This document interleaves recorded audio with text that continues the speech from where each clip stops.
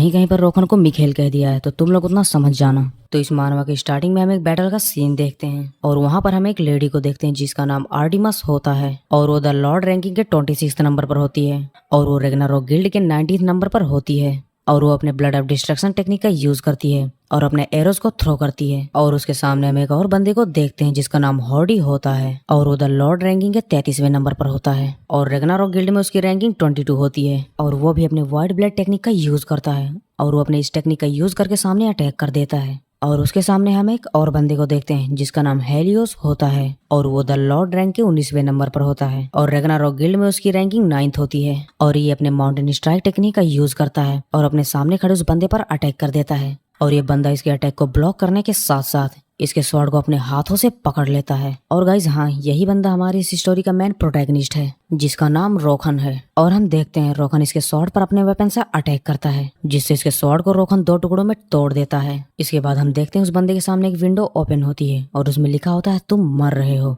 इसीलिए force log out activate हो रहा है। और वो बंदा लॉग आउट होते होते कहता है ये कमीना, ये बिल्कुल मॉन्स्टर है। रोखन कहता है क्या तुम लोगों ने सचमुच सोचा था कि तुम लोग द माइटी रोखन को इतनी आसानी से मार सकते हो? फिर हम रोखन का ओवरव्यू देखते हैं और इस विंडो में हम देखते हैं हमारे एमसी का नाम लिखा होता है और इसे द किंग ऑफ वायलेंस भी कहते हैं और ये द लॉर्ड रैंकिंग के 12th नंबर पर है। पर खास बात यह है कि रोखन ये किसी भी गिल्ड में नहीं है, ये SSS रैंक का एक सोलो प्लेयर है। और हम रोखन के सामने एक और लेडी को देखते हैं जिसका नाम स्काडी होता है और वो द लॉर्ड रैंकिंग के 17th नंबर पर होती है और वो रेग्नारोक गिल्ड के 11th नंबर पर होती है और वो अपने हाथ को आगे बढ़ाकर अपने फ्रोस्ट टेक्निक का यूज करती है और कहती है रोखन मर जाओ। हम देखते हैं रोखन जिसकी वेटिलिटी सिर्फ 60% बची थी पर उसके आंखों में बिल्कुल भी खौफ नहीं दिख रहा था और रोखन की बॉडी भी काफी हद तक फ्रीज हो गई थी। पर उसके बाद वो चिल्लाकर काफी तेज कहता है तुम जैसे लोग एक फ्रूट फ्लाइज हैं, इससे बढ़कर कुछ भी नहीं। और हम देखते हैं यहाँ पर रोखन काफी तेज चिल्ला रहा था जिससे उसकी बॉडी से काफी ज्यादा एनर्जी भी निकलती है और रोखन की बॉडी जो कि काफी ज्यादा फ्रीज थी वो भी डिस्ट्रॉय हो जाता है। वो काफी तेज हंसते हुए इन सबके ऊपर अटैक करने के लिए आगे बढ़ता है और कहता है तुम कमीने, तुम सभी धोखेबाजों को मैं मिटा दूंगा। पर इससे पहले कि रोखन इन पर अटैक कर पाता वहाँ पर बाकी सारे लोग भी आ जाते हैं जो कि रोखन के ऊपर काफी तेज अटैक कर देते हैं जिससे हम देखते हैं कि रोखन की वेटिलिटी अब सिर्फ 30% बची थी। और फिर इन लोगों का हम ओवरव्यू देखते हैं और इसमें एक का नाम जियोस होता है और वो द लॉर्ड रैंकिंग के 2nd नंबर पर होता है। और अगर बात करें द रेग्नारोक गिल्ड की तो ये द रेग्नारोक गिल्ड का सब मास्टर है और उसके सामने जो दूसरा बंदा होता है उसका नाम थॉर होता है और वो द लॉर्ड रैंकिंग के 4th नंबर पर होता है। और बात करें द रेग्नारोक गिल्ड की तो ये भी रेग्नारोक गिल्ड का सब मास्टर है। रोखन उन बंदों को देखकर कहता है तुम पिकाचू जैसे कमीने, तुम्हारी हिम्मत कैसे हुई यहाँ पर आने की? जियोस उसका कोई भी जवाब नहीं देता है और अपने हाथ से एक दूसरे बंदे की तरफ इशारा करता है। एमसी जब पीछे मुड़कर देखता है तो उसके पीछे एक बंदा खड़ा होता है और इस बंदे को the king of the world creation भी कहा जाता है और इस बंदे का नाम ओडिन होता है। और अगर हम बात करें द लॉर्ड में इसकी रैंकिंग की तो ये द लॉर्ड में ये 1st नंबर पर होता है और ये रेग्नारोक गिल्ड का मास्टर भी है। और गाइस द लॉर्ड नाम सुन के तुम लोग कंफ्यूज मत होना, द लॉर्ड इस गेम का नाम है जिस गेम वर्ल्ड में ये लोग अभी हैं। रोखन उसे देखकर कहता है ओडिन है, चलो फिर शुरू करते हैं। ओडिन अपने हाथ को उसकी तरफ बढ़ाता है और अपने काफी सारे मैजिकल एरोज को उसके सामने थ्रो कर देता है और यहाँ पर रोखन उसके एरोज को काफी हद तक डिफेंड करता है। पर इसके बावजूद रोखन काफी ज्यादा इंजर्ड हो जाता है और इंजर्ड होने के बाद सिस्टम विंडो वहाँ पर ओपन होता है और उसे बताता है प्लेयर तुम एक अननोन पावर के चलते काफी ज्यादा इंजर्ड हो गए हो जिसके कारण तुम्हारी मोमेंटम स्पीड और अटैक स्पीड दोनों 30% से डिक्रीज की जाती है। रोखन यहाँ पर संभल ही रहा था तभी वो ओडिन दोबारा से उसी टेक्निक का यूज करके रोखन के ऊपर अटैक कर देता है और ये अटैक काफी ज्यादा पावरफुल होने के कारण वो मैजिकल एरोज एमसी के बॉडी के काफी ज्यादा आर पार हो जाते हैं। और अब सिस्टम विंडो ओपन होता है और बताता है तुम्हारी विटालिटी ड्रॉप होके 2% से नीचे आ गई है और बॉडली फंक्शन भी डिक्रीज हो गए हैं। और जब एमसी लगभग मरने के कगार पर पहुंच चुका था तो सारे लोग आके इसे घेर लेते हैं। और गाइस अगर सच बताऊं तो ये सीन काफी ज्यादा एपिक था क्योंकि रोखन को मारने के लिए पूरे रेग्नारोक के मेंबर्स आए थे जिसमें जियोस ओडिन सब थे। ओडिन जाके रोखन के सामने खड़ा हो जाता है और कहता है मिस्टर रोखन, जिसे the king of the violence भी कहा जाता था और ये बंदा कभी 1st रैंक के पोजीशन को भी होल्ड करता था पर देखो ये अब लगातार गिरता गया। तो अब जब तुम्हारे पास अब ज्यादा समय नहीं बचा तो मुझे लगता है तुम्हें गिव अप कर देना चाहिए। ओडिन अपना हाथ रोखन की तरफ बढ़ाता और कहता है मेरे विंग के अंडर में आ जाओ, मैं तुम्हें वो सब कुछ लौटा दूंगा जो तुमने खोया था, नहीं शायद उससे भी ज्यादा, और ये तुम्हारे पास एक लास्ट चांस है तो इसके बारे में ध्यान से सोचना। रोखन रोहन अपने मिडिल फिंगर को उसके सामने करके कहता है क्यों का बास्टर्ड, तुम जैसे कमीनों को मैं जल्द ही डिस्ट्रॉय कर दूंगा, इसीलिए जस्ट वेट एंड वॉच। ऑडियन उसे देखकर ज्यादा कुछ तो नहीं कहता है, वो कहता है व्हाट अ शेम। इतना कहकर वहाँ पर वो अपने हाथ से एक स्लैश मारता है जिससे रोहन का सर अलग। उसे सिस्टम नोटिफिकेशन आता है यू डाइड, और उसके मरने के कारण उस पर डेथ पेनल्टी भी लगाई जाती है जिससे रोहन का लेवल भी फॉलन हो जाता है और उसने जो रैंडम पीस ऑफ आर्मर को ऑब्टेन किया था वो भी ड्रॉप हो जाता है। और एक सिस्टम नोटिफिकेशन आता है जिसमें लिखा होता है एक्टिवेटिंग फोर्स लॉग आउट। और लॉग आउट होने के बाद हम देखते हैं रोहन को जो कि उस वीआर कैप्सूल से बाहर निकल जाता है और वो बाहर निकलकर काफी ज्यादा गुस्सा होता है और अपना सर पकड़कर कहता है I lost again god damn. ये कहकर वो अपना हाथ अपने फर्श पर काफी तेजी से पटकने लगता है। और जब वो इस फर्श पर अपने हाथ को पटक रहा था तब हम नीचे एक बंदे को देखते हैं जो कि बैठकर टीवी देख रहा था और वो कहता है हाँ ये फिर से शुरू हो गया। और उसके बाद फिर हमें इस वर्चुअल रियलिटी गेम यानी द लॉर्ड के बारे में थोड़ा सा बताया जाता है। कुछ साल पहले न जाने कहां से एक अचानक से गेम अपेयर हुई और उसने पूरी दुनिया को शॉक करके रख दिया। और ये गेम कोई ऐसा वैसा गेम नहीं था, ये एक परफेक्ट वर्चुअल रियलिटी गेम था और इसमें ग्राफिक और सेंसेशंस इसे रियलिटी से अलग किया जा सकता था और ये गेम वर्ल्ड अर्थ से ज्यादा बड़ी थी। और रोहन कहता है मैं इस गेम का वन ऑफ द मोस्ट नहीं बल्कि सबसे स्ट्रॉन्गेस्ट कैरेक्टर था। मैं एबिलिटीज में फर्स्ट था, मैं रैंकिंग में फर्स्ट था, सोलो कॉम्बैट और एबिलिटी में सबसे स्ट्रॉन्गेस्ट ट्रिपल एस रैंक का यूजर जो कि द ब्रेस रेकर क्लास के साथ आता था। और मैं ही था इस गेम का द किंग ऑफ वायलेंस और मेरा नाम था रोहन। लेकिन उस ओडिन कमीने के अपेयर होने के बाद सब कुछ बदल गया। वो कमीना ओडिन, उसे मैं चाहे जिस तरफ से भी देखूं वो सचमुच ओवर पावर था और पता नहीं कैसे पर उसे इतनी रेडिकुलस पावर्स मिली। और ये लगभग 8वीं बार था जब उन रैग्नारॉक बास्टर्ड ने मुझे मार डाला। और मैं जितनी भी बार हारता हूँ मेरे लेवल्स नीचे गिरते हैं और साथ में चांस होता कि मेरे रैंडम इक्विपमेंट्स भी नीचे गिर जाएं। पर रोहन कहता है बकवास, मैं द लॉर्ड का सबसे सुप्रीम प्लेयर रोहन हूँ। जहाँ सारे लोग ये फ्लेक्स कर रहे थे कि उन्होंने इस गेम से कितना कमाया, वहीं पर मैंने ऐसा कुछ ना करके अपना सब कुछ इस गेम को दे दिया और मैं ऐसे मर जाऊं, ये सचमुच एक्सेप्टेबल नहीं है। और रोहन कहता है कि चलो फिर देखते हैं अब की बार पहले कौन गिव अप करता है। ये कहकर रोज वीआर कैप्सूल को खोलता है और उसके अंदर चला जाता है। और रोहन उस गेम में जाने के बाद दोबारा से इन पर अटैक करने की कोशिश करता है और कहता है कि मैं सबको हरा दूंगा, मैं कभी एक लूजर की तरह नहीं मर सकता। पर गाइस खैर होता वही है जो स्वाभाविक है। और जब एमसी काफी बुरी तरीके से इंजर्ड होकर वहां पर पड़ा था तो उसके सामने एक सिस्टम नोटिफिकेशन ओपन होता है और उसमें लिखा होता है प्लेयर तुम इस निकनेम यानी द किंग ऑफ वायलेंस का यूज नहीं कर सकते क्योंकि इस निकनेम को रिटेन करने के लिए जो मिनिमम रिक्वायरमेंट होती है उसे भी तुम पूरा अब नहीं कर पा रहे हो। ये देखकर रोहन को वहाँ पर काफी ज्यादा दुख होता है और वो गुस्से से वहाँ पर चिल्लाता है, कहता है नहीं ऐसा नहीं हो सकता। पर गाइज ऐसा तो पहले ही हो चुका था। और वहाँ पर ऑडिन भी कहता है फाइनली तुमने एक रैंकर का स्टेटस लूज कर दिया। वो लोग वहाँ से जाते हुए कहते हैं अब जब तुमने सब कुछ खो दिया है तो मुझे लगता है कि तुम्हें मारने का कोई मूल्य नहीं। ये कहकर वो लोग वहाँ से जाने लगते हैं। रोहन वहाँ पर पड़ा होता है और सोचता है मैंने अपना सब कुछ खो दिया, यहाँ तक कि द किंग ऑफ वायलेंस का निकनेम भी, और मेरा लेवल जो कभी 1 in 100 हुआ करता था, और जितने भी आइटम्स मैंने ऑन किए थे सब खत्म हो गया। फिर हम देखते हैं पता नहीं कहाँ से पर अचानक से वहाँ पर एक पर्पल लाइटनिंग एक्सप्लोजन होता है। फिर हमें बताया जाता है the legend of the Rohan. The Lord game के अंदर सबसे स्ट्रॉन्गेस्ट और सबसे वायलेंटल इंडेड पैथेटिकली बंदे का अंत यहीं पर होता है।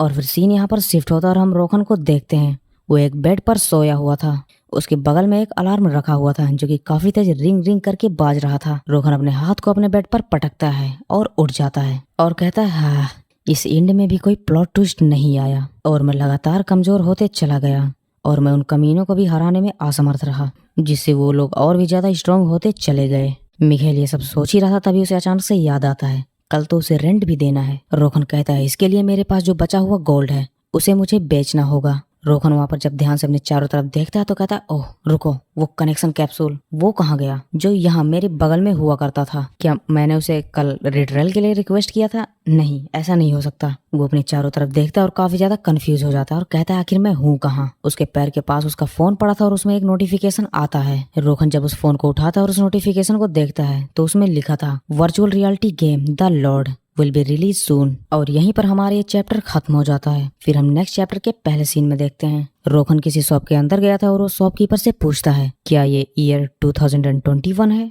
वो शॉपकीपर थोड़ा सा वहाँ पर कंफ्यूज हो जाता है और कहता है ह्यूनियांग आखिर तुम अचानक से तारीख क्यों पूछ रहे हो? रोखन कहता है आपका नाम शायद ही चियोल नहीं जंग ही चियोल है। शॉपकीपर कहता है कि आखिर तुम्हें हुआ क्या है, तुम काफी ज्यादा बदल गए हो। फिर अचानक से वहाँ पर रोखन काफी फनी तरीके से वहाँ पर भाग जाता है। उसे देखकर वो शॉपकीपर अपने मन में कहता है जब से इसकी गर्लफ्रेंड ने इसे छोड़ दिया तब से ये बिल्कुल पागलों जैसी हरकतें करने लगा है। रोखन उस शॉप से भागकर अचानक से आके एक बिल्डिंग के पास खड़ा हो जाता है और वो अपने आसपास थोड़ी देर देखने के बाद कहता है ये वही जगह है जहाँ पर मैं 3 साल पहले रहा करता था, पर आखिर मैं समझ नहीं पा रहा हूँ कि मेरे साथ हो क्या रहा है। द लॉर्ड गेम में उन कुत्तों के बच्चों ने मुझे मार डाला और मुझे मारने के बाद मेरा खिताब भी छीन लिया और मैं पैथेटिकली मर गया। पर जब मैं वहाँ पर मरने वाला था तो वहाँ पर काफी तेज एक ब्लू लाइटनिंग अपेयर हुई थी और जब मैंने अपनी आंखें खोली तो मैं वास्तविकता में आ गया था। और ना कि सिर्फ मैं आया था बल्कि मैं 3 साल पीछे आ चुका था और इस समय द लॉर्ड अभी रिलीज भी नहीं हुआ है। फिर रोखन अपने हाथ की तरफ देखता है और कहता है ओह शायद मुझे लगता है मैं सपना देख रहा हूँ। फिर उसे अचानक से याद आता है ओडिन के बारे में और रोखन को लगता है कि ओडिन ने उस पर किसी मैजिक का यूज किया है और ये कहता है कि जरूर ये उसी कमीने का काम होगा और मुझे पक्का यकीन है वो किसी वियर्ड स्किल का यूज करके मेरे ब्रेन के साथ खेल रहा है। रोखन वहां पर सांस भरता है और काफी तेज चिल्लाता है और कहता है कमीने के बच्चे, अगर तुझ में सचमुच हिम्मत है तो बाहर आ और मुझसे फिजिकली फाइट कर, तू मेरे दिमाग के साथ क्या खेल रहा है। और कुछ देर के बाद रोखन वहाँ पर शांत हो जाता है और अपने मन में सोचता है, वो कहता है कि क्या साइकोलॉजिकल अटैक्स इतने ज्यादा डिटेल्ड हो सकते हैं, पर अगर हो भी सकते हैं तो उसे मुझे हेलुसिनेट करने में क्या ही बेनिफिट हो सकता है। इतना कहकर रोखन वहाँ पर बगल में एक पिलर के पास जाता है और उस पिलर को अपने हाथ से पकड़ता है और काफी तेज अपना सर उस पिलर में मारता है जिससे उसके सर में काफी ज्यादा चोट आ जाती है और उसके सर से काफी ज्यादा ब्लड भी निकलने लगता है। उसके बगल में जो लोग खड़े होते हैं वो कहते हैं लगता है ये पागल हो गया है। और अब जब रोखन के सर से काफी ज्यादा ब्लड निकलने लगा था और उसे काफी ज्यादा दर्द होने लगा था तब रोखन कहता है हाँ अब सही लग रहा है, शायद ये वास्तविकता ही है। फिर यहाँ पर सीन शिफ्ट होता है और हम सीधे जिम का सीन देखते हैं। जिम में रोखन एक पंचिंग बैग पर काफी तेज किक पे किक मारे जा रहा था और वहां पर 2 बंदे खड़े थे। वो आपस में एक दूसरे से कहते हैं क्या ये कोई मार्शल आर्ट है या कोई किक बॉक्सिंग, आखिर ये कर क्या रहा है। दूसरा बंदा कहता है मुझे नहीं पता, मैंने इस तरह से किसी को हरकत करते हुए कभी नहीं देखा। लास्ट में रोखन उस पंचिंग बैग पर अपने पंच से काफी तेज पंच मारता है जिससे उस पंचिंग बैग के बिल्कुल ही चिथड़े उड़ जाते हैं। और उनकी बातें सुनकर रोखन अपने मन में कहता है जाहिर सी बात है इसे तुमने कहीं नहीं देखा होगा क्योंकि ये मेरी पर्सनल मार्शल आर्ट स्टाइल है और इसे मैंने खुद के लिए ऑप्टिमाइज किया है और इसे मैंने द लॉर्ड के साथ पॉलिश भी किया है और इस गेम के रिलीज होने के बाद मार्शल आर्ट में काफी तेज उछाल भी आने वाला है। ऐसा इसलिए क्योंकि प्लेयर्स अक्सर लो लेवल के मॉन्स्टर से भी मर जाते हैं क्योंकि उन्होंने प्रॉपर ट्रेनिंग नहीं करी होती है जिससे उनका उनके बॉडी और उनके माइंड पर फुल कंट्रोल नहीं होता है। और अब जब ये गेम रिलीज होने वाला है तो क्यों ना उससे पहले मैं खुद की फुल ट्रेनिंग कर लूं। मिखेल उस पंचिंग बैग के चिथड़े उड़ाकर वहां से आगे बढ़ता है और रोखन जाकर एक बारबेल को उठाता और कहता है लेकिन इससे ज्यादा इंपॉर्टेंट बात ये है मुझे अपने बॉडी के रीजन्स को समझना होगा और आपके सर, पैर और उंगलियां और यहाँ तक कि सभी मसल्स को लेकर आपके बॉडी का हर पार्ट आपको कंट्रोल करने का क्षमता प्रदान करता है और आप जितना बेहतर यहाँ पर ये कर लेंगे द लॉर्ड गेम के अंदर आपको आपकी एबिलिटी कंट्रोल करने में उतनी मदद मिलेगी। अगर आसान शब्दों में कहा जाए तो exercise equal to better performance in game. Rokhan कहता है मैं 3 साल पीछे अपने पास्ट लाइफ में आ गया हूँ और ये टाइम द लॉर्ड गेम के रिलीज होने के 1 महीने का पहले का टाइम है और ये गेम मेरे लिए सब कुछ था। रोखन और रैग्नारोक कमीनों के बारे में सोचता और कहता है बस कुछ दिन और मैं दोबारा आऊंगा और तुम कमीनों को इतनी बुरी मौत मारूंगा कि तुमने कल्पना भी नहीं की होगी। मैं तुम कमीनों को छोटे छोटे टुकड़ों में चबा जाऊंगा। और फिर सीन यहाँ पर शिफ्ट होता है और हम 1 महीने बाद देखते हैं रोखन उस VR गेम कैप्सूल को ले आया था और उसके अंदर वो चला जाता है और उस गेम कैप्सूल के अंदर जाने के बाद वहाँ पर सिस्टम नोटिफिकेशन आता है कि तुम्हारा सिस्टम अभी बूट हो रहा है जिसमें टाइमर चल रहा होता है 5, 4, 3, 2 and 1 और अब द लॉर्ड गेम से ये कनेक्ट होना स्टार्ट हो जाता है और अब रोखन द लॉर्ड के अंदर पहुंच चुका था। सिस्टम रोखन से उसका नाम पूछती है।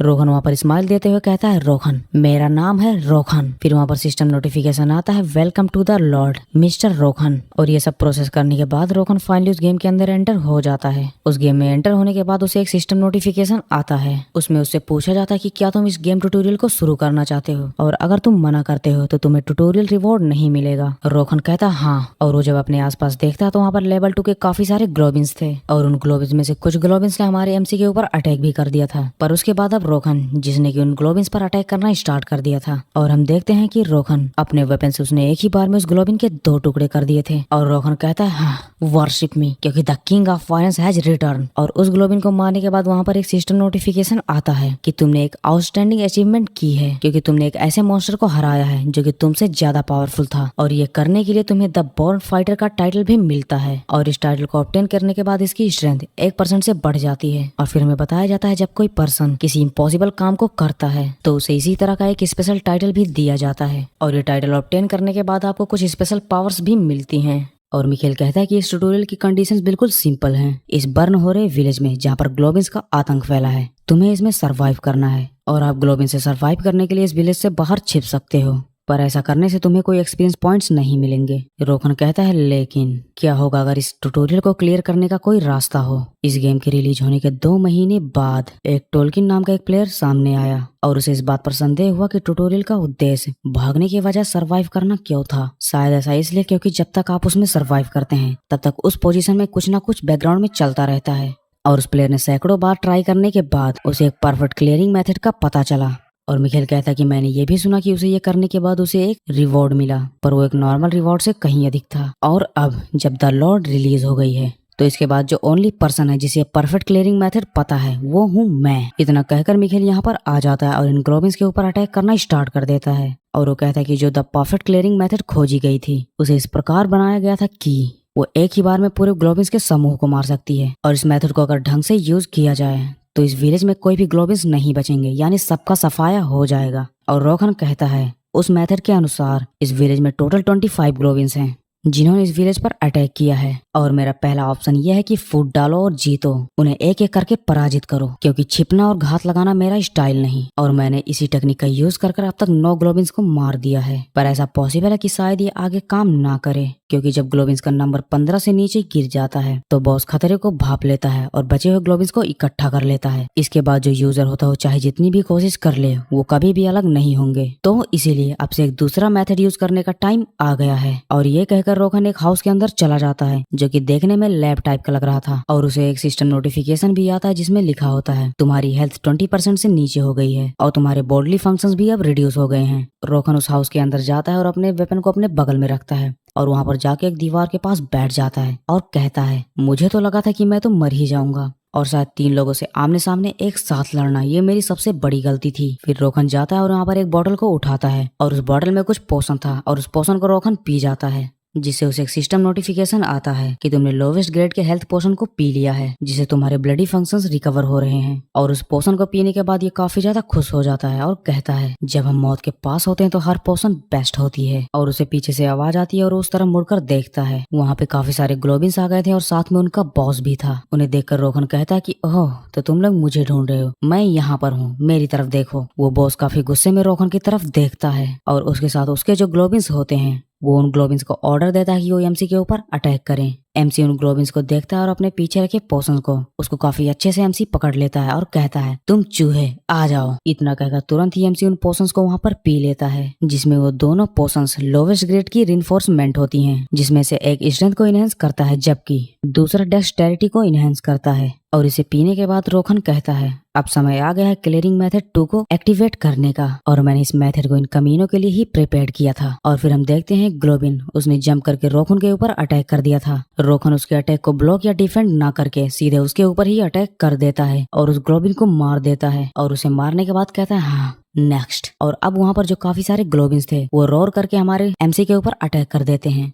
रोखन भी उनके ऊपर अटैक कर देता है और एक एक को काफी बुरी तरीके से मारने लगता है और अटैक करने के बाद ये काफी सारे डीमंस को मार भी देता है। और काफी सारे ग्लोबिन्स को मारने के बाद उसके सामने एक सिस्टम नोटिफिकेशन आता है और उसमें लिखा होता है कि तुमने एक सरप्राइजिंग अचीवमेंट कर ली है क्योंकि तुमने एक लार्ज नंबर ऑफ ओपोनेंट को मारा है जो कि तुमसे काफी ज्यादा स्ट्रॉन्गर थे। और उसके बाद उसे और भी काफी सारे सिस्टम नोटिफिकेशंस आते हैं जिसमें से एक में लिखा होता है कि तुम्हें नेचुरल फाइटर का टाइटल मिल गया है और ये टाइटल ऑब्टेन करने वाले तुम पहले व्यक्ति होगे। और फिर हमें बताया जाता है फर्स्ट नेचुरल फाइटर मैजिक के बारे में। और ये टैलेंट तुम्हें अलाउ करता है लेवल 3 के एनिमीज जो कि काफी लार्ज नंबर में होंगे, उन्हें हराने में तुम्हें अब काफी आसानी होगी और इसे तुम द गिफ्ट फ्रॉम हेवन भी कंसीडर कर सकते हो। और अब जब तुम इस टाइटल को ऑब्टेन करने वाले पहले व्यक्ति हो तो इसके इफेक्ट्स में तुम्हारे स्ट्रेंथ को इंक्रीज किया जाता है। और अगर तुम 5 या 5 से ज्यादा लोगों के अगेंस्ट फाइट करते हो तो तुम्हारी डेक्सटेरिटी 3% से इंक्रीज होकर 5% तक चली जाती है। ये सब देखकर रोहन कहता है अच्छा, ये सब टाइटल एक्योर करने के बाद हमें बोनस भी मिलता है, वैसे सही भी है। और अभी तो मेरा लेवल सिर्फ 1 है पर मेरी करंट स्ट्रेंथ अभी 15 है और डेक्सटेरिटी मेरी 14 है और ये आंकड़ा लगभग 10th लेवल वालों के बराबर है। फिर दोबारा से वो ग्लोबिस हमारे एमसी के ऊपर अटैक करने के लिए आगे बढ़ते हैं। एमसी यानी रोहन उन्हें देखकर कहता है कि तुम डम्स, तुम्हें अभी भी रियलाइज नहीं हुआ कि मैं कौन हूँ। ये कहकर वो उन ग्लोबिस पर अपने वेपन का यूज करके उन पर अटैक कर देता है और उन पर इतना फास्टली अटैक करता है कि वहां पर जो ग्लोबिस होते हैं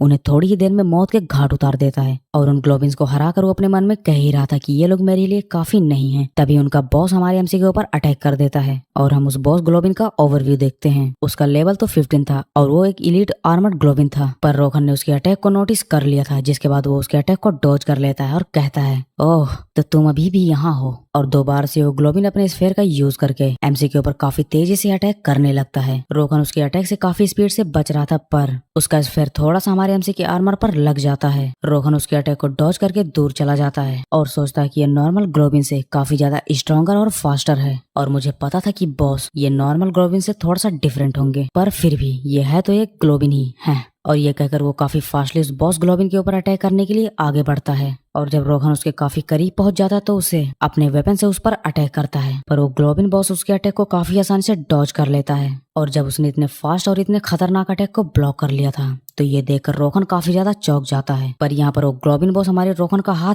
पकड़ लेता है और काफी तेज चिल्लाते हुए उसका हाथ पकड़कर उसे तेजी से जमीन पर पटकता है। और उसके इतना तेज पटकने के कारण एमसी को 355 का डैमेज भी रिसीव होता है और एमसी की विटेलिटी भी सिर्फ 20% बची थी। और एमसी जब वहाँ पर पड़ा हुआ था तो वो ग्लोबिन अपने पैर से हमारे एमसी के फेस पर अटैक करने की कोशिश करता है, पर उसका अटैक सक्सेसफुल हो पाता उससे पहले रोहन वहां से हट जाता है। और वहां से हटके रोहन कहता है मैं अपने करंट वेपन और अपने स्ट्रेंथ के साथ उस पर ऐसा कोई अटैक नहीं कर सकता जिससे कि उसकी जान जा सके। और मैंने जो पोशन लिया था उसे भी खत्म होने में लगभग सिर्फ 5 मिनट रह गए हैं, पर ठीक है चलो अब खुद को तैयार करते हैं। और वहाँ पर रोहन खड़ा होता है और वहाँ पर बच्चों की तरह भागने लगता है। उसे देखकर वो ग्लोबिन काफी ज्यादा कंफ्यूज हो जाता है और काफी तेज रोर करने के बाद वो भी रोहन की तरफ चल देता है, यानी उसका पीछा करने लगता है। और हम देखते हैं रोहन जाके दौड़ते दौड़ते एक हाउस के अंदर बैठ गया था और अपने हाथ को पकड़कर कहता है आह ये काफी ज्यादा दर्द कर रहा है, क्या यह टूट गया है या नहीं मुझे एग्जैक्टली ये भी नहीं पता। और इस गेम को इतना रियलिस्टिक बनाने की क्या जरूरत थी।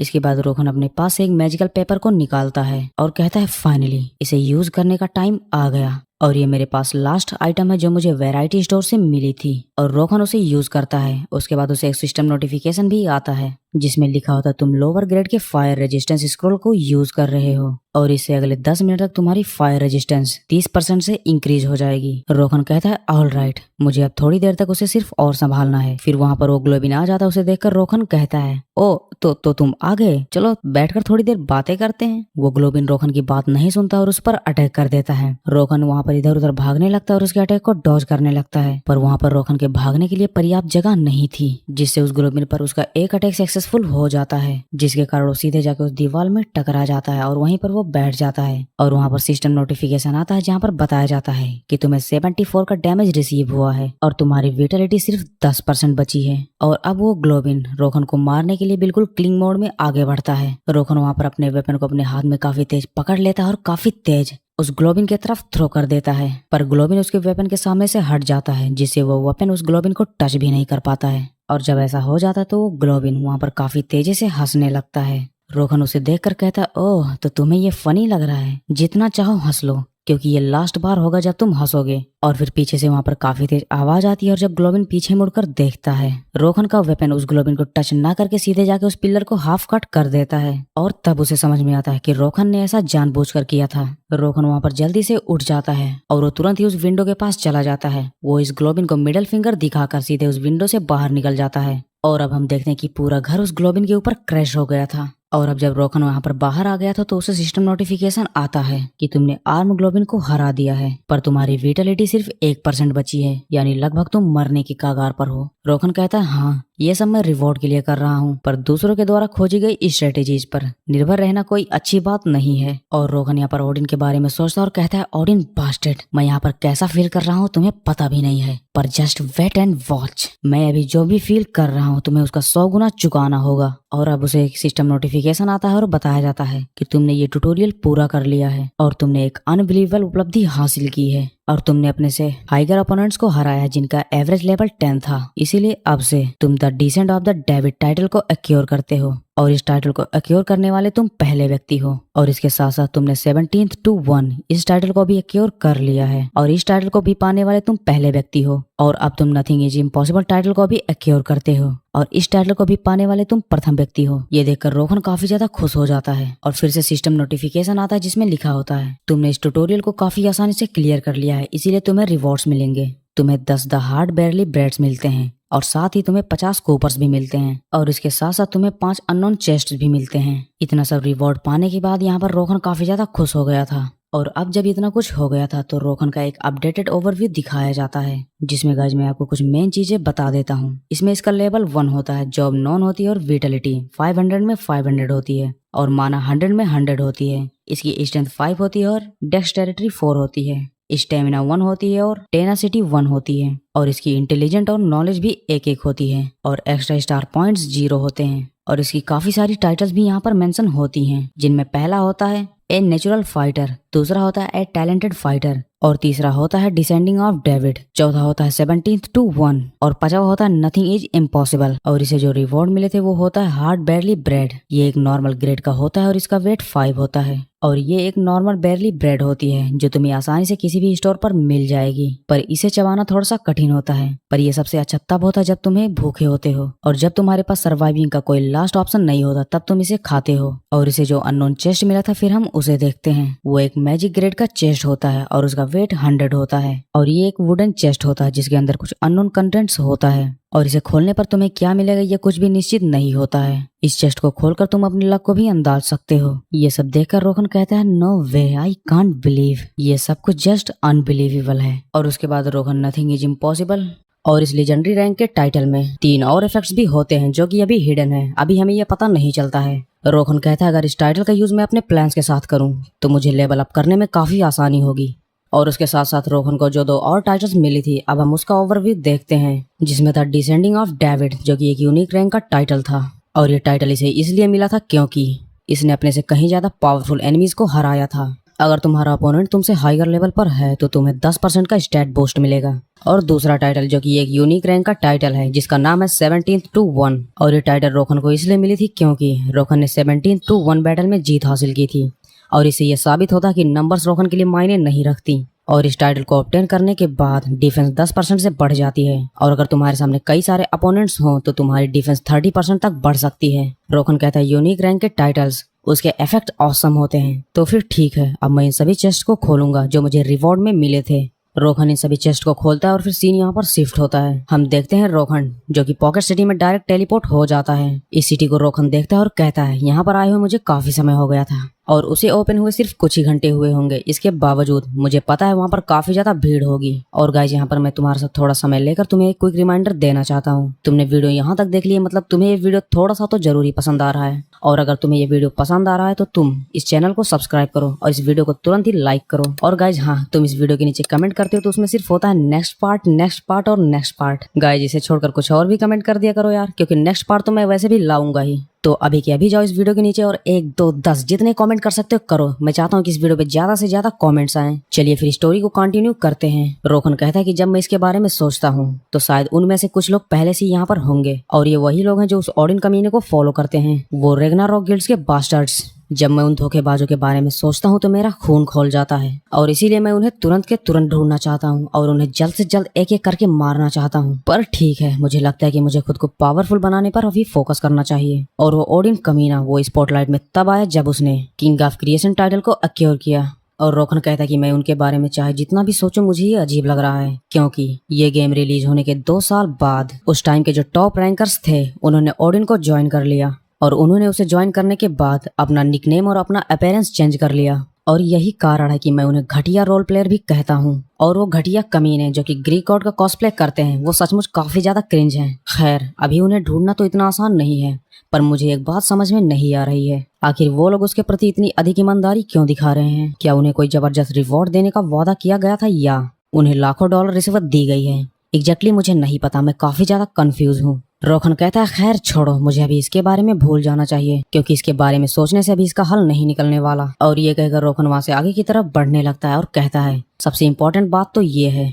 मुझे खुद को काफी फास्टली और काफी ज्यादा स्ट्रांग बनाना है क्योंकि जब उस दिन मैं उनसे मिलूंगा तो मुझे काफी ज्यादा पावरफुल होना होगा, वरना हो सकता कि वो लोग मेरा वही हाल करे जो उन्होंने मेरा प्रीवियस लाइफ में मेरा हाल किया था। और अगर मामला ऐसा ही है तो मुझे खुद को मजबूत करना पड़ेगा। ये कहकर रोखन आगे बढ़ ही रहा था तभी उसे पीछे से आवाज आती है, क्या तुम और ज्यादा स्ट्रॉन्गर बनना चाहते हो? अगर हाँ तो यहाँ आओ। रोखन अपने पीछे की तरफ मुड़कर देखता है, उसके सामने एक बूढ़ा आदमी खड़ा होता है और वो बूढ़ा आदमी कहता है कि तुम भी मेरी तरह स्ट्रॉन्गर बन सकते हो। रोखन उस बुढ़े को देखता है और अपने आसपास भी देखता है। वो देखता है कि ये तो एक ट्रेनिंग ग्राउंड है और उस ट्रेनिंग ग्राउंड में काफी सारे लोग प्रैक्टिस कर रहे थे। रोखन सोचता है कि ऐसा इसलिए होगा क्योंकि ये अभी पहला दिन है, इसीलिए इतने सारे लोग यहाँ पर आए हुए हैं। रोखन कहता है हालांकि ये बात तो निश्चित है कि वो जल्द ही यहाँ से बोर होंगे और यहाँ से चले जाएंगे। रोखन उस ओल्ड पर्सन के बातों का जवाब देता है और कहता है हाँ, मैं इस ट्रेनिंग ग्राउंड का यूज करना चाहता हूँ। वो ओल्ड पर्सन कहता है हाँ, तुम्हारे अंदर जो पोटेंशियल है मैं उसे देख सकता हूँ और अगर तुम मेरी बात मानते हो तो तुम्हारा फ्यूचर काफी ज्यादा ब्राइट होने वाला है और इसके लिए तुम्हें एक स्टैंडर्ड प्राइस जो कि सिर्फ तुम्हारे लिए है, तुम्हें 20 कॉपर्स पे करने होंगे। और जब रोखन उसकी बातें सुनता है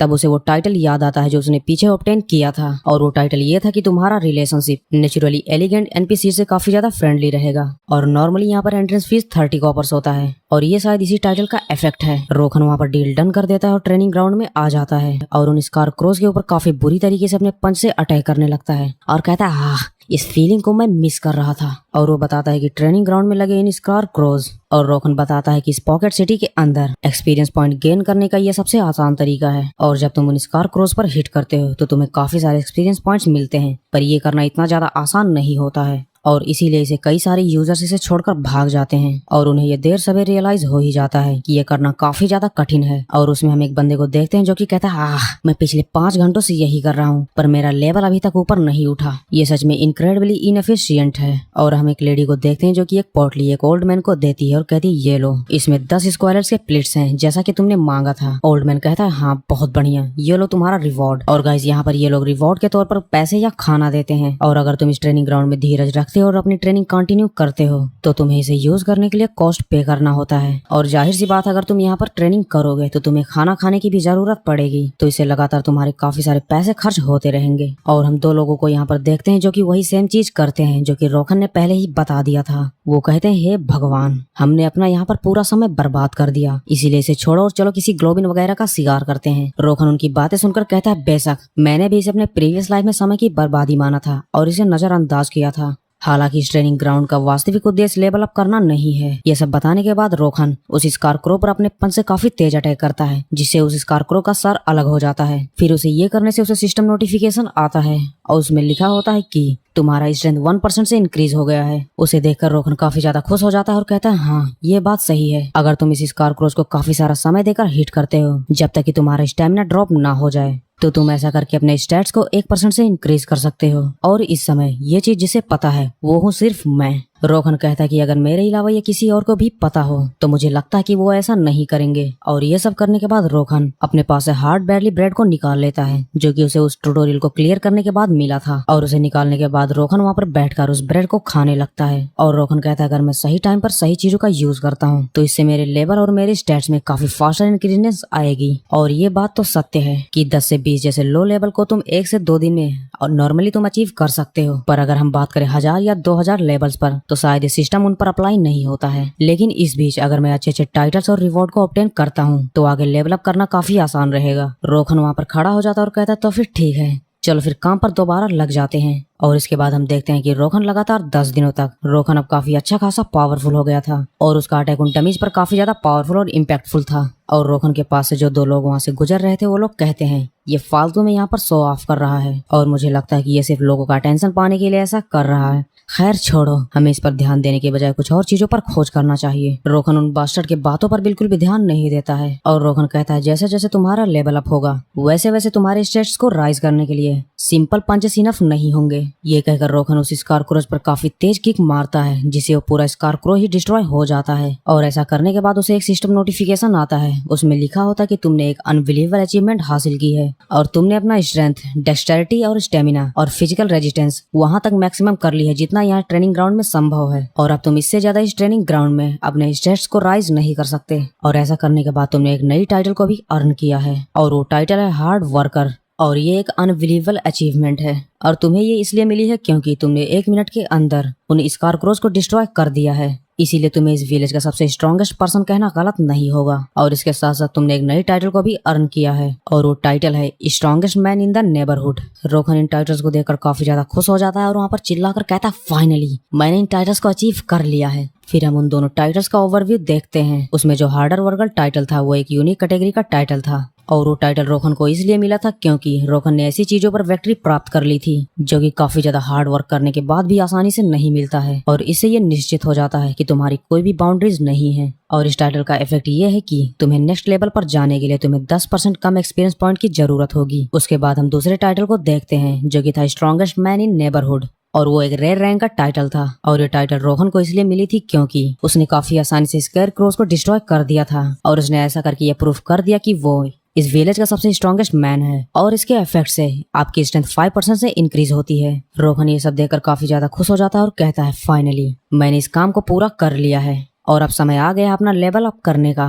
रोहन ये सब सोच ही रहा था तभी उसे बगल से आवाज आती है और उसे बगल से वो ओल्ड मैन आवाज देता है और वो कहता है क्या तुम और भी ज्यादा स्ट्रॉन्ग बनना चाहते हो। उसे देखकर रोहन थोड़ा सा कंफ्यूज और शॉक भी हो जाता है। फिर वो ओल्ड मैन कहता है मैं तुम्हें पिछले 10 दिनों से नोटिस कर रहा था। रोहन कहता है पर क्यों, ये अजीब लगता है। वो ओल्ड मैन कहता है तुम्हारे जैसा टेंसिटी और गट्स रखने वाला आदमी सिर्फ इस काम को करने के लिए सक्षम है। इसकी बातें सुनकर अभी तो इसे कुछ खास समझ में नहीं आ रहा था। फिर ओल्ड मैन कहता है कि अगर तुम चाहते हो तो मैं तुम्हें हाइगर प्लेन दिखाऊंगा और अगर तुम ये देखना चाहते हो तो मुझे फॉलो करो। रोहन उसकी बातों को सुनता है और अपने मन में सोचता है क्या ये कोई हिडन क्वेस्ट है क्योंकि मैंने इसके बारे में कभी नहीं सुना। फिर सीन शिफ्ट होता है और हम देखते हैं ये लोग एक केव के अंदर आ चुके थे। वो ओल्ड पर्सन एक लालटेन को लेकर आगे आगे चल रहा था। रोहन भी उस ओल्ड पर्सन के पीछे पीछे चल रहा था और अपने मन में सोचता है कि ट्रेनिंग ग्राउंड के अंदर एक सीक्रेट रास्ता, ये काफी ज्यादा अजीब है। वो ओल्ड पर्सन कहता है कि यहाँ पर काफी ज्यादा अंधेरा है तो इसीलिए तुम्हें सावधान रहना होगा वरना तुम यहाँ पर गिर भी सकते हो। फिर रोहन अपने मन में सोचता है और कहता है इन्होंने एक हाइगर प्लेन के बारे में मेंशन किया है, आखिर इसका मतलब क्या है। रोहन ये सब सोच ही रहा था तभी अचानक से वो काफी ज्यादा चौंक जाता है क्योंकि जब वो अपने सामने देखता है तो वहां से एक गेट खुलता है। वो देखता है कि उसमें काफी सारे रोबोटिक स्कारक्रोज होते हैं जिन्हें वो ओल्ड मैन ट्रेनिंग डिवाइस कहता है। वो ओल्ड मैन कहता है कि ये कोई नॉर्मल ट्रेनिंग ग्राउंड नहीं है बल्कि एक सुपर एडवांस ट्रेनिंग ग्राउंड है जो कि कुछ सिलेक्टेड पर्संस के लिए सिर्फ है। रोहन वहाँ पर काफी ज्यादा गुस्सा होता है और कहता है अरे यार तो फिर तुम्हारा उस हाइगर प्लेन से क्या मतलब था, यहाँ पर तो सिर्फ ट्रेनिंग डिवाइसेस हैं। वो ओल्ड मैन कहता है हाँ तुम सही हो, ये एक ट्रेनिंग डिवाइसेस हैं पर ये कोई नॉर्मल ट्रेनिंग डिवाइसेस नहीं है। ये एग्जैक्टली वैसे ही मूव कर सकते हैं जैसे कि एक ह्यूमन कर सकता है और ये डिवाइसेस तुम्हारे अटैक पर रिएक्ट भी करता है और तुम पर काउंटर अटैक भी करता है। और चूंकि ये तुम्हारे अटैक पर रिएक्ट के साथ साथ तुम पर काउंटर अटैक भी करता है तो तुम इसमें मर भी सकते हो क्योंकि तुम्हारा लेवल अभी 10 तक नहीं पहुंचा है और अगर तुम जिंदा बच भी जाते हो तो तुम्हें दोबारा ये करने का मौका नहीं मिलेगा। तो मैं तुमसे पूछना चाहता हूँ क्या तुम इसके बाद भी इनसे फाइट करना चाहोगे।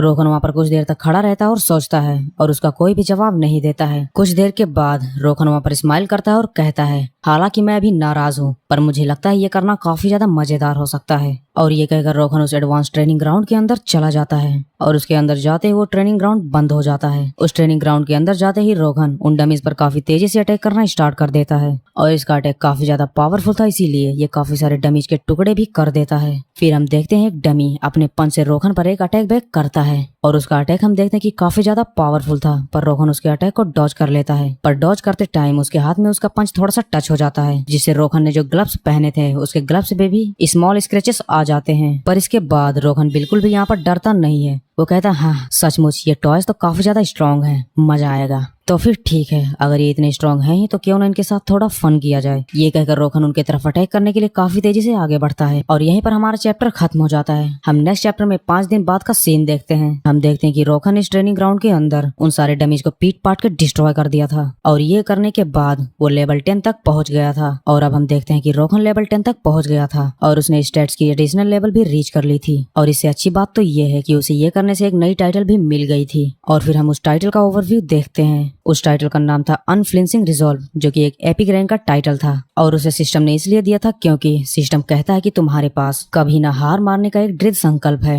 और इस संकल्प को कोई तोड़ भी नहीं सकता। इसीलिए टाइटन ऑब्टेन करने वाले तुम पहले व्यक्ति हो। और इस टाइटल का इफेक्ट ये है कि जब तुम्हारी वेटिलिटी 5% से कम हो जाएगी तो तुम्हारे सारे स्टेट्स 50% से इंक्रीज हो जाएंगे। ये सब देखकर रोहन कहता है the epic title unflinching resolve. मैंने कभी नहीं सोचा था कि मैं ऐसे टाइटल को यहाँ पर पाऊंगा और अगर मैं अपने प्रीवियस लाइफ को देखता हूँ तो इस टाइटल को ऑब्टेन करने के लिए मुझे काफी ज्यादा स्ट्रगल करना पड़ा था। खैर ठीक है, तो अब समय आ गया है। रोहन के इतना कहने के बाद यहाँ पर सीन शिफ्ट होता है। फिर हम ग्रेट सिटी कॉटन का सीन देखते हैं और हम देखते हैं कि एक बंदा अपने सर पर रुमाल रखकर सोया हुआ था। रोहन उसके पास जाता है और कहता है हे मास्टर प्लीज जल्दी उठिए, मैं आपका कस्टमर हूँ और आप अभी तक काम पर भी नहीं गए। वो बंदा रोहन को काफी देर तक घूर कर देखता है और कहता है क्या तुम्हें पता है कि ये कौन सी जगह है? रोहन कहता है ऑफ कोर्स ये है बेर्सकर की गिल्ड। रोहन वहाँ पर थोड़ा मस्का मारते हुए उसे कहता है अगर तुम खुद को एक सच्चे मर्द कहते हो तो तुम्हें बेर्सकर में होना चाहिए। वो हंसते हुए कहता है हाँ लड़के तुम्हें तो काफी कुछ पता है, पर क्या तुम्हें एक बात पता है, तुम एक बार जॉब डिसाइड कर लेने के बाद उसे तुम बदल नहीं सकते हो।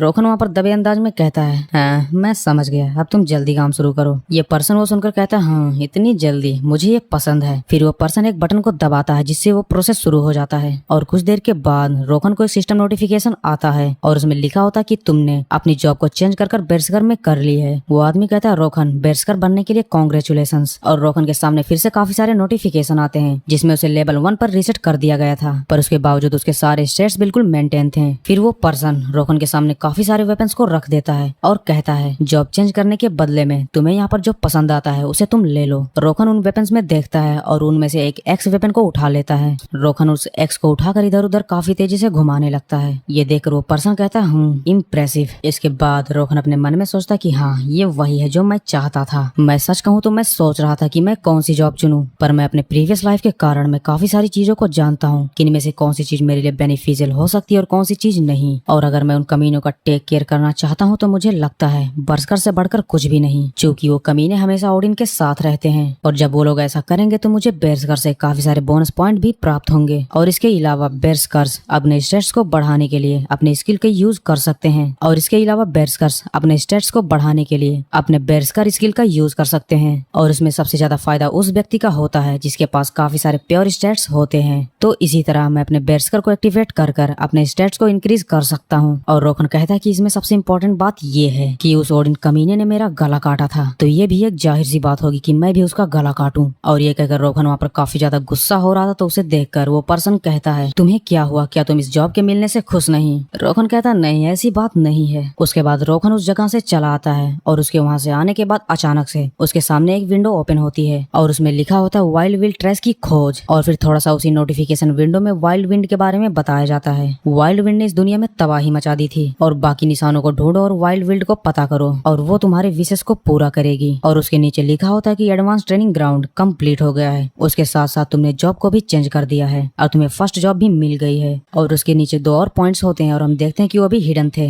रोहन उसे देखता है और कहता है आखिर ये है क्या कोई हिडन क्वेस्ट है या कुछ और? ये सब सोचने के बाद रोहन वहाँ से सीधे एरोक बैंक के पास चला जाता है और हम देखते हैं रोहन के सामने एक लड़की खड़ी थी और वो कहती है कि मैं आपकी कैसे मदद कर सकती हूँ। रोहन कहता है लोन, मुझे लोन चाहिए। वो लड़की कहती है श्योर, कृपया आप अपने जॉब का नाम बताइए। रोहन कहता है मेरे जॉब का नाम बेर्सकर है और मुझे मैक्सिमम अमाउंट चाहिए। वो लड़की कहती है ठीक है, ये आपकी फर्स्ट जॉब है और आपको मैक्सिमम अमाउंट चाहिए, तो आपको हम 30 सिल्वर्स दे सकते हैं और उस पर आपको पर मंथ 3% का इंटरेस्ट रेट देना होगा। रोहन उन पैसों को लेकर दोबारा से यहीं पर आ जाता है और वो कहता है मुझे बेर्सकर के फर्स्ट जॉब स्किल की सारी बुक्स दो। ये देखकर वो पर्सन कहता है कि ओ वाओ, तुम तो काफी बड़ा अमाउंट स्पेंड कर रहे हो। रोहन यहाँ पर फुल स्टाइल में कहता है अरे नहीं, ये मेरे लिए एक छोटा अमाउंट है, चलो अब सीधे उन बुक्स का दाम बताओ। वो पर्सन कहता है 10 सिल्वर। रोहन उसे वो पैसे दे देता है और उससे वो ले लेता है, जिसके बाद इसे नोटिफिकेशन आता है कि इसने एक्स मास्टरी और 4 अदर स्किल्स को लर्न कर लिया है। फिर हम एक्स मास्टरी का ओवरव्यू देखते हैं। एक्स मास्टरी का लेवल अभी 1 होता है और इस स्किल को यूज करके आप एक्स को और आसानी से चला सकते हैं। और जैसे जैसे तुम्हारी स्किल और प्रोफेशंसी बढ़ेगी, तुम्हारा अटैक स्पीड और तुम्हारी एबिलिटी इंक्रीज होगी। और इसकी हम स्किल प्रोफेशंसी देखते हैं जो कि अभी 0.0% था और इसका करंट लेवल अभी बिगिनर था और इसकी अटैक एबिलिटी 70% से राइज हो गई थी। फिर हम दूसरे रिवॉर्ड को देखते हैं जो कि एक डैश था और उसका लेवल अभी 1 था और उसे यूज करने के बाद तुम अपने 3 स्टेप्स काफी तेजी से मूव कर सकते हो और जब तुम इसका यूज करोगे तो तुम्हारी डेक्सटेरिटी 110% से राइज हो जाएगी। हम तीसरे स्किल को देखते हैं जो कि था स्ट्राइक और वो भी लेवल 1 पर था और जब तुम इसका यूज करके दूसरे के ऊपर अटैक करोगे तो तुम्हारे नॉर्मल अटैक से इसका अटैक काफी ज्यादा पावरफुल होगा और इसके इफेक्ट से तुम्हारी स्ट्रेंथ और डेक्सटेरिटी 110% से राइज हो जाएगी। उसके बाद हम नेक्स्ट स्किल को देखते हैं और वो था वॉर क्राई। वो भी लेवल 1 पर था और जब तुम इसे यूज करोगे तो वहाँ पर रोर ऑफ मैडनेस होगा जिसे तुम्हारा अपोनेंट काफी ज्यादा डर जाएगा। फिर हम नेक्स्ट स्किल को देखते हैं और नेक्स्ट स्किल था बेरस्कर। वो भी लेवल 1 पर था और जब तुम काफी तेज गुस्सा होते हो और तुम काफी तेज चिल्लाते हो तब ये स्किल एक्टिवेट हो जाएगा और तुम्हारी स्ट्रेंथ काफी ज्यादा बढ़ जाएगी। ये सब स्किल्स अच्छे से देखने और पढ़ने के बाद रोहन जाके उन पर्सन से पूछता है। रोहन उनसे कहता है कि क्या आपको कुछ वाइंड विल्ड के बारे में पता है? वो पर्सन कहते हैं ये कौन सी चीज है, मुझे नहीं पता। फिर यहीं पर चैप्टर खत्म हो जाता है। फिर हम नेक्स्ट चैप्टर के पहले सीन में देखते हैं रोहन जाके एक फाउंटेन के पास बैठा था और फिर हम देखते हैं रोहन के सामने एक सिस्टम नोटिफिकेशन ओपन होता है और उसमें काफी अजीब और काफी कंफ्यूजिंग टाइप से लिखा था। उसमें लिखा था searching for the trace of wind. Guys इसका मतलब ये होता है कि वाइल्ड विंड के इंसानों की खोज और उसमें लिखा था कि बहुत पहले दुनिया तबाह करने वाली ये वाइल्ड विंड, इसके काफी सारे ट्रेसेस पहले ही मिल गए हैं, इसके बचे हुए बाकी सारे ट्रेसेस को खोजो और वाइल्ड विंड के मरती हुई इच्छाओं को पूरा करो। और उसके नीचे हम देखते हैं काफी सारे हिडन क्लू थे और उसी हिडन क्लूज को हमें खोजना था। रोहन उसे देखता है और कहता है मैंने सोचा था कि ये बेरकर से रिलेटेड कोई क्वेस्ट होगा, पर नहीं, उन्हें इसके बारे में भी नहीं पता और मैंने इसके बारे में पहले कभी नहीं सुना। यहाँ तक कि जब मैं बेरकर के फर्स्ट रैंक पर था तब भी मैंने इसके बारे में नहीं सुना। ये सारी चीजें सोचकर रोहन का दिमाग फटा जा रहा था और अपने सर पे हाथ रख के कहता है डैम इट, मैं विदाउट क्लूज के कुछ नहीं कर सकता। कुछ देर बाद वहाँ पर रोहन शांत होता और कहता है फिलहाल में मेरे पास अभी 0 क्लूज हैं और मुझे अपने आसपास इससे रिलेटेड कोई एक्टिविटी नहीं दिख रही है, तो मुझे लगता है अभी के लिए इसे छोड़ देना ही बेहतर होगा, यानी इसके बारे में ना सोचकर आगे बढ़ना। पर अगर मैं इसे पूरी तरह से छोड़ देता हूँ तो मैं इसे लेवल अप नहीं कर पाऊंगा, इसीलिए खुद पर फोकस करने के साथ साथ मुझे इन क्लूज को पाने पर फोकस करना होगा। फिर रोहन अपने सामने अपने करंट विंडो को ओपन करता है और हम उस विंडो पर देखते हैं रोहन का नाम, उसकी स्पीसीज, लेवल, विटिलिटी और माना सारी चीजें लिखी थी और इसने अभी तक जितनी भी टाइटल्स ऑब्टेन की हैं वो सारी टाइटल्स भी उसमें दिखाई गई थी। और गाइस इसमें मैं तुमको कुछ मेन चीजें बता देता हूँ। इसमें इसका लेवल 1 था और इसका जॉब बेरकर फर्स्ट था। इसकी विटिलिटी 700 में 700 थी, इसका माना 150 में 150 था और इसने जो टाइटल ऑब्टेन की थी वो तो हमने पीछे देख ही लिया। रोहन कहता खैर जब मैंने फाइनली अपना जॉब चेंज ही कर लिया है तो अब जो काम बचा है वो ये है कि मुझे क्रेजी तरीके से अपने लेवल को अप करना है। तो फिर ठीक है, तो क्या मैं उस क्रेजी लेवलिंग कोर्स को फॉलो करूं जो मैंने प्लान किया था। और अभी ये सब होने के बाद रोहन उस भीड़ से कहता है मुझे ओआरसी कैंप तक जाने के लिए किसी नाइट की तलाश है और मैं इसका इनाम दूंगा 15 सिल्वर। और गाइस फिर हमें यहाँ पर पता चलता है ओआरसी कैंप जो कि हार्स फॉरेस्ट के अंदर है। रोहन को पीछे से आवाज आती है क्या तुम चाहते हो कि मैं तुम्हें ओआरसी कैंप तक ले चलूं? तो ब्रदर मैं इसमें तुम्हारी हेल्प करूंगा और एज फॉर रिवॉर्ड तुम्हें मुझे पहले पे करना होगा। रोहन उसकी तरफ देखता और कहता तो क्या तुम अकेले हो और तुम्हारा लेवल क्या है? वो कहता है मेरा लेवल है 25 और मैं एक हैवी नाइट हूँ। फिर रोहन उसे देखकर कहता है तुम अकेले हो इसलिए मैं तुम पर ट्रस्ट नहीं कर सकता, चलो कहीं और जाओ। वो नाइट कहता है क्या तुम्हें दिख नहीं रहा, मैं एक ओआरसी वॉरियर हूँ। और वो अपने पास से एक एम्बलम को निकाल कर दिखाता है और कहता है ये देखो, ये टोकन मैंने अर्न किया था जब मैंने ओआरसीज को मारा था। रोहन कहता है इसने 2-4 ओआरसीज को मारकर खुद को बहुत बड़ा 30 मार का समझ रहा है। फिर रोहन उस बंदे से कहता है जंगल के बीच में जो ओआरसी कैंप है मुझे वहाँ तक पहुँचने के लिए कम से कम लेवल 30 के 2 नाइट्स की आवश्यकता है, इसलिए यहाँ पर ज्यादा एरोगेंट मत बनो और यहाँ से चलते बनो क्योंकि तुम्हारे बस की अकेले नहीं है। उसके इतना कहने के बाद वो बंदा अपने चारों तरफ देखने लगता है और कहता है अरे यार ये कमीना मुझे इन लोगों के सामने शर्मिंदा कर रहा है। फिर वो बंदा अपने हाथ को रोहन की तरफ बढ़ाता है और अपने डिटेक्ट टेक्निक का यूज करता है और जब वो ऐसा कर रहा था तो रोहन कहता है बेवकूफ, आखिर तुम क्या कर रहे हो। और इसके बाद वो काफी तेज हंसने लगता है और कहता है गॉड डैम, अभी तुम सिर्फ लेवल 1 पर हो और अभी अभी तुमने अपने जॉब को चेंज किया है और तुम एक नौ सीखिए हो, इसके बावजूद तुम्हें इतना घमंड। ये कहकर वो इधर उधर घूमने लगता है। रोखन उसे देखकर कहता है कि तुम इधर उधर क्यों घूम रहे हो, क्या तुम मरना चाहते हो। वो कहता है अगर तुम्हें ऐसा लगता है तो तुम ट्राई कर देख सकते हो, क्योंकि तुम सिर्फ एक घमंडी कमीने हो जो सोचता है कि वो सिर्फ लेवल 1 पर होकर वो ओआरसी के कैंप तक पहुंच सकता है। रोखन वहाँ पर हंसता और कहता है लेवल 1, तो क्या तुम मेरे साथ बेट लगाना चाहते हो। वो रोखन की बात सुनता और कहता है क्या तुम क्या कह रहे हो। रोखन कहता है हम लड़ेंगे और हम में से जो जीतेगा उसे 15 सिल्वर्स मिलेंगे, पर इसमें कोई भी पेनल्टी नहीं लगाई जाएगी क्योंकि मैं किसी भी प्लेयर्स को नहीं मार रहा हूँ, और जब मैं किसी प्लेयर को मार नहीं रहा तो मुझ पर जाहिर सी बात है कोई पेनल्टी नहीं लगाई जाएगी। वो कहता है क्या तू पागल हो गया है। रोखन कहता है तो क्या मैं ये मान लूं कि तुम लेवल 25 पर होने के बावजूद तुम एक लेवल 1 के बंदे से डर रहे हो। रोखन की ऐसी बातें सुनकर वो नाइट काफी ज्यादा गुस्सा हो जाता है और उसका बेट भी एक्सेप्ट कर लेता है। फिर रोखन को एक सिस्टम नोटिफिकेशन आता है कि तुम्हारे सामने वाले प्लेयर ने तुम्हारे बेट को एक्सेप्ट कर लिया है, जो कि एक 15 सिल्वर का बेट है। फिर वहाँ पर वो नाइट काफी ज्यादा गुस्सा हो जाता है और कहता है आ जाओ कमीने। और रोखन भी यहाँ पर फुल गॉड मोड में एक्टिवेट हो जाता है और उसे देखकर काफी तेज स्माइल करता है। और फिर यहाँ पर सीन शिफ्ट होता है और हम कुछ लोगों को देखते हैं। वो लोग उसी जगह के पास से जा रहे थे जहाँ पर ये दोनों लड़ रहे थे और वहाँ पर काफी ज्यादा भीड़ भी इकट्ठा थी। उनमें से वो लड़की कहती है कि शायद इस टाउन में कोई फाइट हो रही है और अगर ऐसा है तो उसमें से किसी एक का जान जाना तय है। फिर हम रोखन को देखते हैं जो इसे देखकर काफी ज्यादा स्माइल करता है और कहता है ड्यूल है। उसके सामने जो वॉरियर होता है वो कहता है घमंडी कमीने, मैं तुझे मार दूंगा। रोखन कहता है गुड लक। उसे देखकर वो वॉरियर वहाँ पर काफी ज्यादा चौंक जाता है और कहता है तुम्हारे पास तो कोई वेपन नहीं, तुम्हारा वेपन कहाँ पर है। रोखन वहाँ पर अपने मिडल फिंगर को दिखाता है और कहता है यल्ले ये है मेरा वेपन। और रोखन कहता है कि क्या तुझे सच में लगता है तेरे जैसे कमीनों को मारने के लिए मुझे किसी वेपन की जरूरत है। इसकी बातें सुनकर वो नाइट काफी ज्यादा गुस्सा हो जाता है और कहता है यू एरोगेंट बास्टर्ड। फिर वहाँ पर सिस्टम नोटिफिकेशन आता है जिससे बताया जाता है कि ये ड्यूल स्टार्ट हो चुका है और अगर इसमें किसी की भी विटलिटी 5% से कम हो जाती है तो ऐसा मान लिया जाएगा कि वो ये ड्यूल हार गया है। फिर हम देखते हैं वो वॉरियर हमारे एमसी के ऊपर काफी तेजी से अटैक करता है और कहता है लो मरो, पर रोखन उसके अटैक के जस्ट बगल में जाकर खड़ा हो जाता है जिससे उसका ये अटैक डॉज हो जाता है। फिर वो काफी स्पीड से उसके ऊपर लगातार अटैक पे अटैक करते जाता है। रोखन कहता है चूहे और जोर लगा, और वो वॉरियर कहता है कि तू सिर्फ मेरे अटैक को डॉज कर रहा है। डैम इट, क्या कोई बेर्सकर भी इतना ज्यादा फास्ट हो सकता है। रोखन बिल्कुल उसके कान के पास जाकर कहता है हाँ चलो अब आगे बढ़ो, और वो उसे अपने बगल में देखकर उसे अपने वेपन से अटैक करने की कोशिश करता है और कहता है तू कमीना, बट वो कुछ कर पाता है इससे पहले। रोखन अपने पंच से सीधे उसके फेस पर मारता है और हम देखते हैं कि वो वॉरियर नाइट आर्मर को भी पहने हुआ था, जिसके बावजूद वो आर्मर पूरा डिस्ट्रॉय हो जाता है। रोखन कहता है स्टूपिड बास्टर्ड, मैंने उस ट्रेनिंग ग्राउंड में अपने स्टेट्स को वहां तक राइज कर लिया था जहां तक इसकी लिमिट है, और मैंने अपने जॉब को चेंज कर दिया, इसीलिए मेरा लेवल 1 हो गया है। पर अगर बात की जाए मेरे रियल स्टेट्स की तो वो कुछ और ही हैं। और ये कहकर उसके बॉडी पर वो काफी तेज पंच मारता है और कहता है अगर बात की जाए मेरे रियल लेवल की तो शायद वो 50 से भी ज्यादा होगा। और ये देखकर वहाँ पर जो लोग होते हैं वो लोग काफी ज्यादा चौंक जाते हैं। और वहाँ पर जो एक बंदा पहले आया हुआ था वो कहता है ओह गॉड,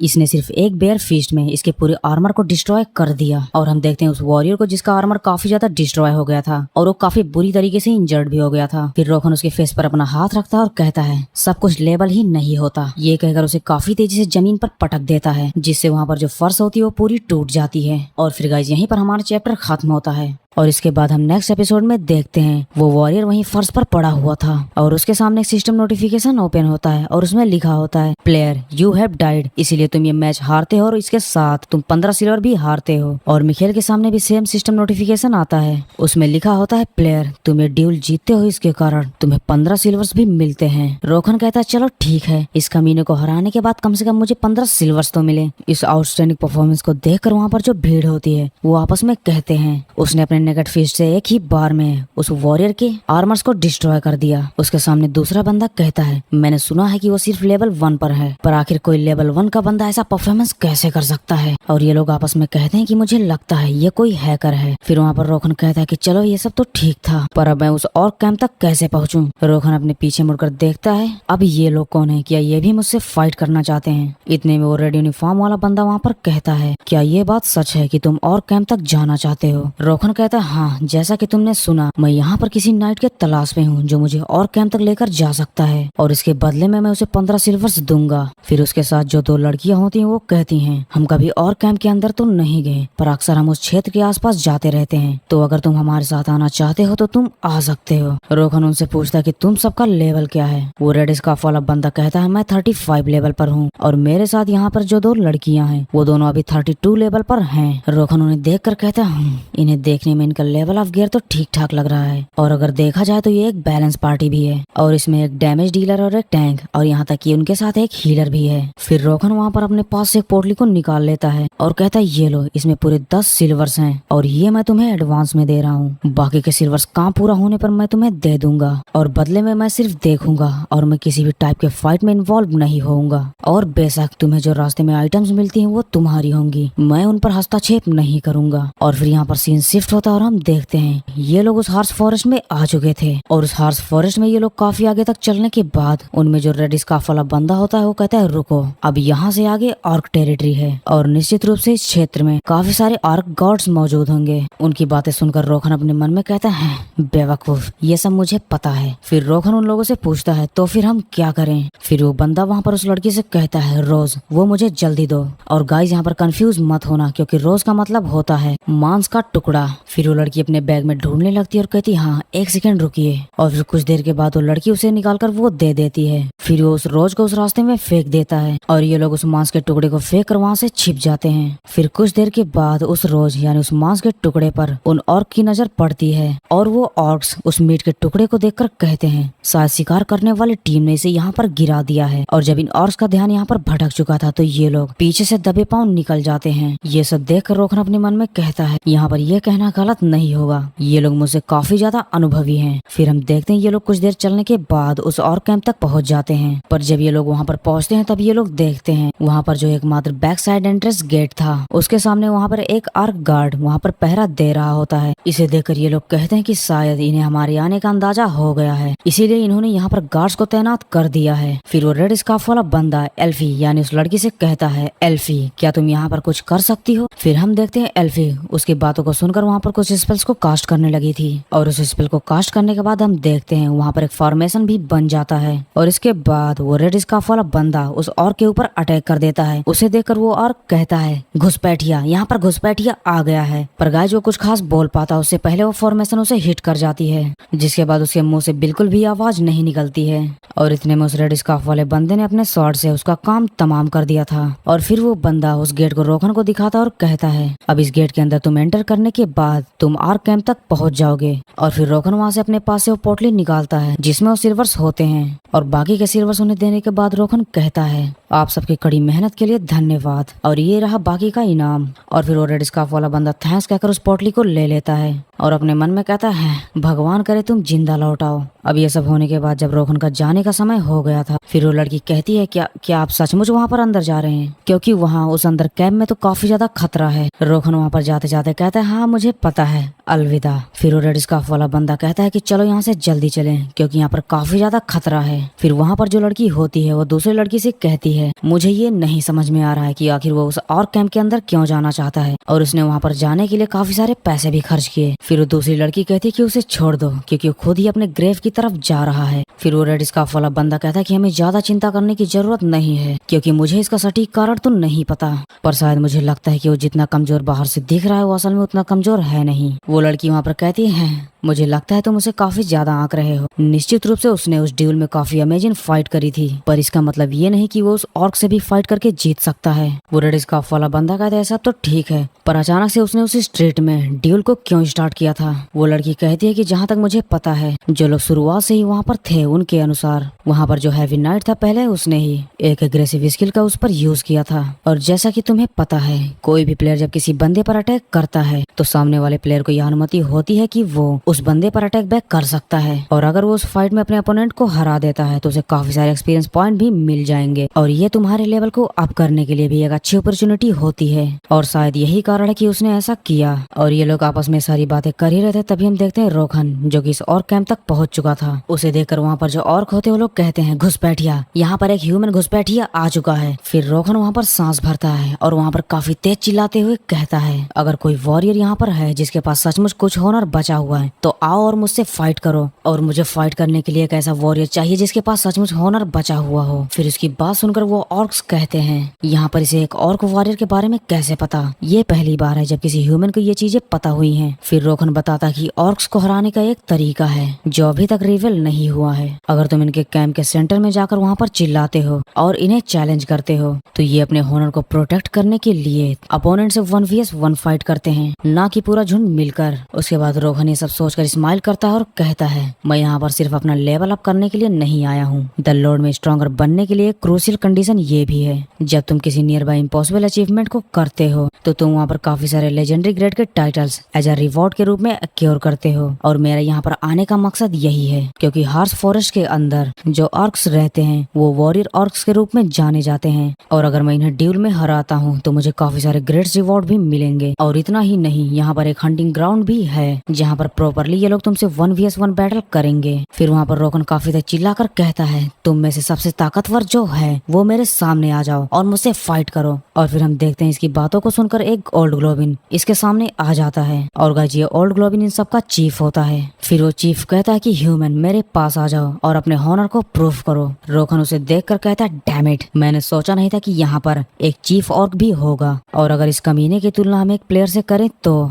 ये कम से कम 70वें लेवल के प्लेयर के बराबर है, वो भी सेकंड जॉब कंप्लीट करने के बाद। रोखन वहाँ पर अपना सर ऐसे उठाकर देखता है जैसे कि वो बुर्ज खलीफा को देख रहा हो, और कहता है, अभी मेरे पास ऐसी स्पेक्स नहीं है कि मैं इसे जीत सकूं। और फिर वहाँ पर जो ग्लोबिन्स होते हैं वो लोग वहाँ पर चीफ चीफ कर चिल्लाने लगते हैं और कहते हैं, चीफ आप यहाँ पर इसके मुकाबले काफी ज्यादा स्ट्रॉन्गर हैं, इसीलिए प्लीज हमें अपना हॉनर प्रूफ करने का मौका दीजिए। फिर वो चीफ रोखन से कहता है कि ये बात तो सत्य है, तुम्हें मेरे अगेंस्ट फाइट करने के लिए तुम्हें कुछ क्वालिफिकेशंस कंप्लीट करने होंगे, इसीलिए पहले तुम कालो से फाइट करो। फिर हम कालो को देखते हैं जो कि एक ऑर्क वॉरियर होता है और उसकी रैंकिंग 4th होती है। अब उसे देखकर रोखन काफी ज्यादा खुश हो जाता है और कहता है, अब ठीक है, अब मैं सरवाइव कर सकता हूँ। फिर ये कहकर रोखन अचानक से खुद में ही वहाँ पर शर्मिंदा फील करने लगता है और कहता है कि क्या मैं सिर्फ इसलिए खुश हो रहा हूँ क्योंकि मेरा अपोनेंट मुझसे वीक है। और रोखन खुद के ऊपर ही गुस्सा होकर कहता है, अगर मेरी मेंटालिटी इस तरह की रही तो मैं ऑडिन जैसे ताकतवर दुश्मन को कभी नहीं हरा पाऊंगा। फिर वो और कहता है, ह्यूमन अपना वेपन उठाओ और मेरे अगेंस्ट फाइट करने के लिए रेडी हो जाओ। फिर रोखन अपने सामने अपने स्लाइड विंडो को ओपन करता है और अपने स्टेट्स को इंक्रीज करने लगता है। उसे देखकर वो और कहता है, ह्यूमन आखिर तुम क्या कर रहे हो? फिर हम देखते हैं रोखन ने 45 एक्स्ट्रा स्टेट्स पॉइंट को ऐड कर लिया था। और फिर रोखन कहता है, ठीक है चलो फिर स्टार्ट करते हैं। और फिर ये ड्यूल स्टार्ट होने से पहले रोखन अपने फिंगर को ऑर्क चीफ की तरफ करता है और कहता है, ऑर्क चीफ मैं एक भविष्यवाणी करना चाहता हूँ, और वो भविष्यवाणी ये है कि आज तुम मेरे हाथों मरोगे। उसकी ये बात सुनकर कालो काफी ज्यादा गुस्सा हो जाता है और कहता है, कमीने ह्यूमन आज मैं तुझे नहीं छोड़ने वाला। ये कहकर वो रोखन के ऊपर अपने वेपन से अटैक करता है, पर रोखन उसके अटैक को काफी आसानी से डॉज कर लेता है। और फिर फाइट करते वक्त अचानक से उस ऑर्क की नजर रोखन के एक्स पर पड़ती है और कहता है, हाँ तुम्हारा एक्स ये मेरे वेपन से ज्यादा बेहतर दिखता है। रोखन कहता है, हाँ और मुझे ये पसंद भी है, और चिंता मत करो मैं इसका तुम्हारे ऊपर बहुत प्रॉपर यूज करूंगा। ये कहकर ये दोनों आपस में अपने वेपन से काफी तेज अटैक करते हैं और इनका वेपन आपस में टकराता है जिससे काफी तेज ब्लास्ट होता है, जिससे ये दोनों एक दूसरे से दूर जाके खड़े हो जाते हैं। ये देखकर वो आर्क कहता है, हाँ ह्यूमन मैंने इसे कम आंका था, पर मुझे लगता है कि मुझे वो यूज करना होगा। और यहीं पर हमारा ये पार्ट खत्म होता है। मिलते हैं नेक्स्ट पार्ट में, तब तक के लिए सब्सक्राइब करके रख लो ताकि तुमसे ऐसे इंटरेस्टिंग मानवास मिस ना हो जाएं। चलो फिर मिलते हैं नेक्स्ट वीडियो में, तब तक के लिए धन्यवाद।